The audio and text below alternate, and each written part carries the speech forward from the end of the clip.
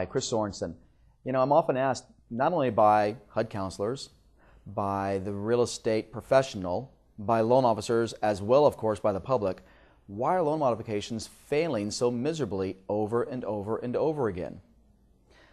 I can explain, and quite frankly, it'd probably take me about a good solid 30 minutes, but I'm going to do this in a very short time frame to give you some highlights. By and large, most people had to qualify for their mortgage between, say, 1940 and 2000.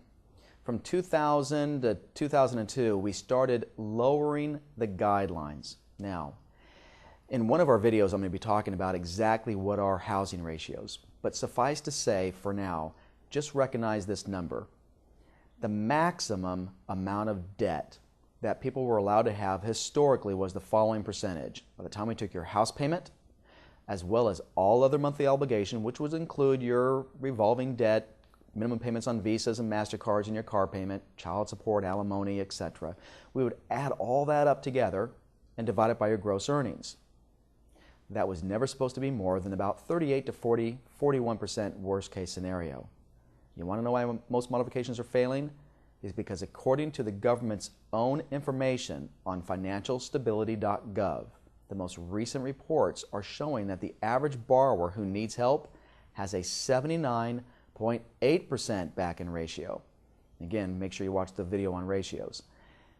After they receive their average help of just a little over $500, their average back-in ratio is 63.5%. Folks, know this, that if I as a banker try to give you a loan with a debt ratio, we call it, that high, I'd be accused of predatory lending. What is the message? It's not sustainable. There is no point in somebody getting into a loan modification if they can't afford it. It doesn't do you, the bank, or society any good to get into a program where you can't afford to maintain the payments. And quite frankly, what we're witnessing firsthand is after 1 year, 50% of the people that enter into a modification are failing. And Moody's, the rating agency, is predicting that upwards of 65% will fail within 2 years based on current data. And ask yourself this question: how many months, when you are literally robbing Peter to pay Paul and you're completely upside down in equity, how many neighbors do you want to meet who just congratulate themselves on buying a home $50,000, $100,000 to $200,000 less than what you modified yours for? Therein lies the problem. Negative equity and prolonging the agony is the enemy to all. So, why are they failing? It's not sustainable.